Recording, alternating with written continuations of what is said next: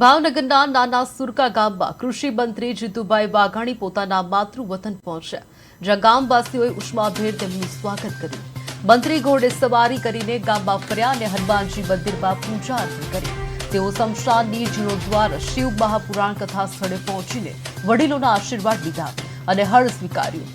મંત્રીએ ખેડૂતોને પ્રાકૃતિક ખેતી અપનાવવા અને રાસાયણિક ખેતી જેટલી ઉપજ મેળવવા માટે અપીલ કરી છે।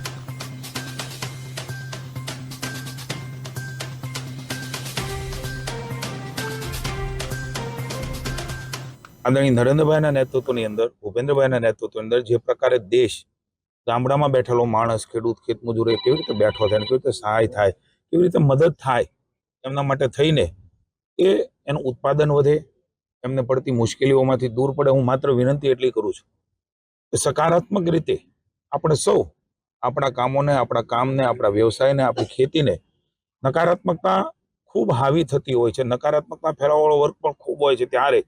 ક્યારેય કોઈ સમાજનું, વર્ગનું ભલું એ નકારાત્મકતાથી નથી થતું।